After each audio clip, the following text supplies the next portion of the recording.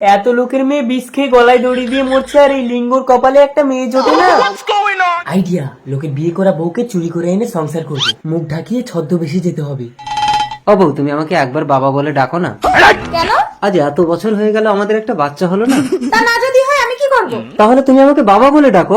অসম্ভব, আমি সংসার ছেড়ে বাপের বাড়ি চলে যাবো, তাও তোমাকে বাবা বলে ডাকবো না। আইডিয়া, বাবার ছল করে যাই। বাবা বলবো না। আমার ঘুঘুটিয়া ময়না, আমাকে ছেড়ে যেও না। কে তুমি?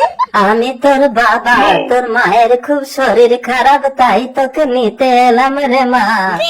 তা তুমি মুখ ঢাকিয়ে রেখেছো কেন বাবা? অনেকদিন আগে আমার সময় শেষ হয়ে গেছে বলে যমরাজ আমাকে হন্যে হয়ে খুঁজছে, তাই আমি মুখ লুকিয়ে রাখি।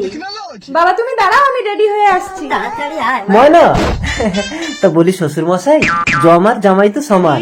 আমি শুনে নিয়েছি মানে আপনার দিন সে। দেখি মুখটা দেখি দেখি। লিঙ্গ তুই? আমি তোর বউকে চুরি করতে এসেছিলাম। गया हुमुंदी को आएगी रे আইডিয়া, শালা বউ নাকি আমাকে বাপ বলে ডাকবে না।